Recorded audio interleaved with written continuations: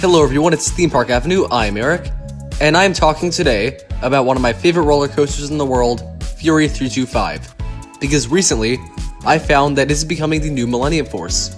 What do I mean by this? Let's find out.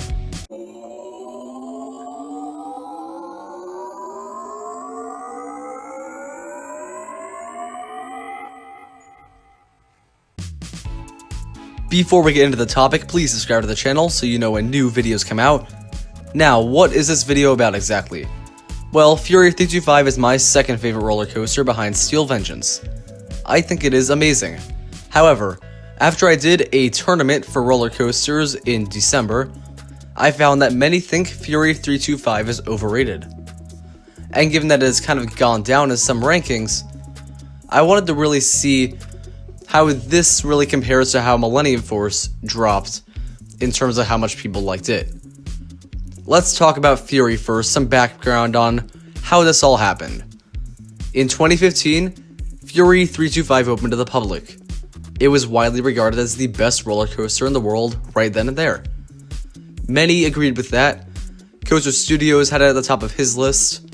The Golden Ticket Awards, possibly the most prestigious of awards even if they're not always correct, put it at number 1. I had it at number 1 when I wrote it in 2016 the first time. And then, Steel Vengeance came out after that.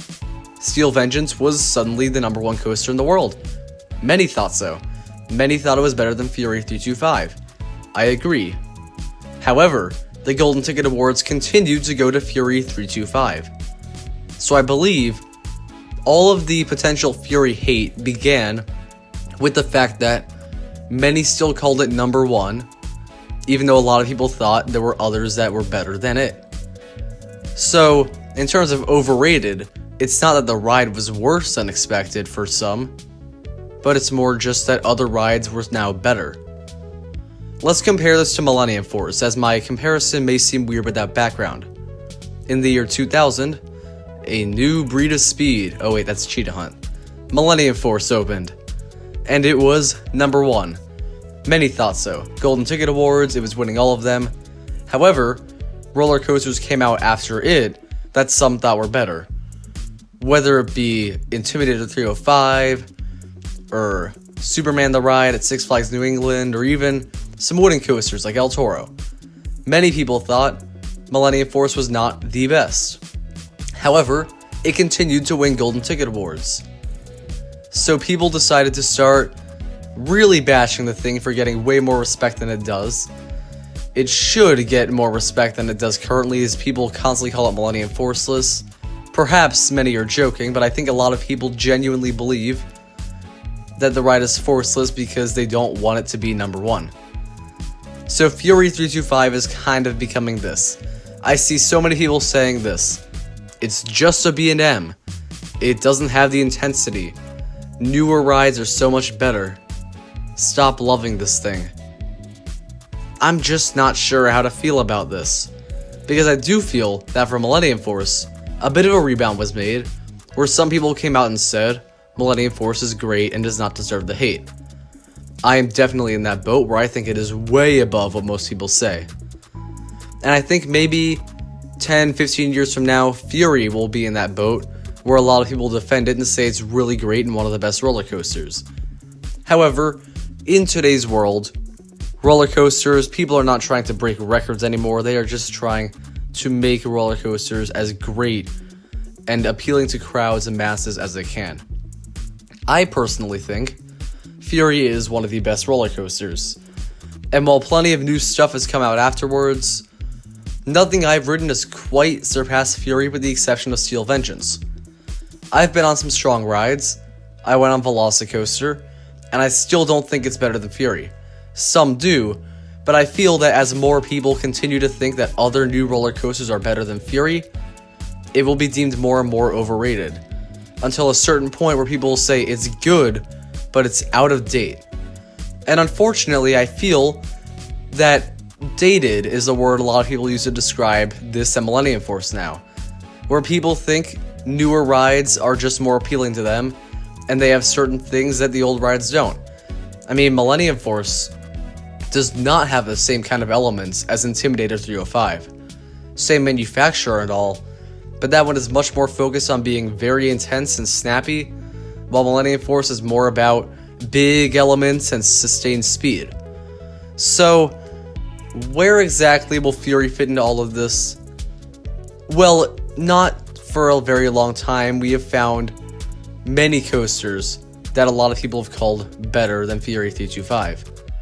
For example, things like Egenica and X2 even, for being much more interesting and unique, I guess you could say, because I feel a lot of people now call Fury just a large B&M hyper, and there are plenty of B&M hypers, so people think it's not as interesting. And of course, you have other things around the world. You have all the RMCs such as Wildfire and Zadra wowing people. Then there are Mac extreme spinners like Ride to Happiness blowing people away, Conda, Walibi Belgium, the SeaWorld coasters on the way, many think look better than Fury. For me, there are plenty of great coasters. Few quite match Fury.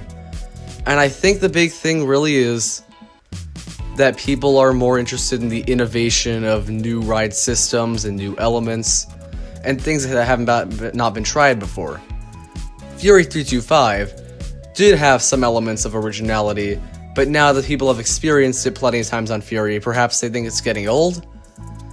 And as newer rides seem to impress people, the older rides, even from just 5-6 years ago like Fury, they are not quite as impressive to some people. And I think that's really why Fury 325 is somewhat becoming Millennium Force, in that many people used to think it was the best, but now, thanks to a mix of hype from some people and incredible new rides coming afterwards that many prefer, it is being deemed overrated. Even if people think, for example, let's say Intimidator 305 was your favorite roller coaster when it came out, and you like it just as much when you ride it in 2010, and then in 2020, you think it's the same ride, you think it's just as good, but 5 new roller coasters you got on afterwards you thought were better because they were newer and more interesting. Fury is the same ride for you, but you prefer the others, and because it moves down in your rankings, that makes it seem somewhat overrated, if everyone was calling it number 1. That's hypothetical, as I-305 has not fallen into the same trap, honestly, because it is a huge support group, and while there are plenty of people who think it's not the best, it's not an overrated ride for many, as it isn't quite overhyped because it never got the same respect in Golden Ticket Awards as Millennium Force or Fury. But all in all, Fury 325 began as the strongest roller coaster in the world when it came out. Few people argued with that. Now many people argue with that. Even if they think it was their favorite ride back then, and it's the same ride now, new roller coasters have outshined Fury. And it is not too difficult to move on from that, but my hope is that even if people can recognize that other roller coasters are better than Fury, I hope they also recognize that Fury is still a great ride and is not necessarily overrated. Thank you for watching. I hope you enjoyed this video. I know it was a very different style. It honestly probably sounded like a Coastoons thing with ranting and all of that, but I hope it did not get too ranty or preachy or anything like that. Subscribe to the channel for more content. Share your thoughts on Fury 325 and any other roller coaster that seems to be falling into this trap down below. I'll see you next time.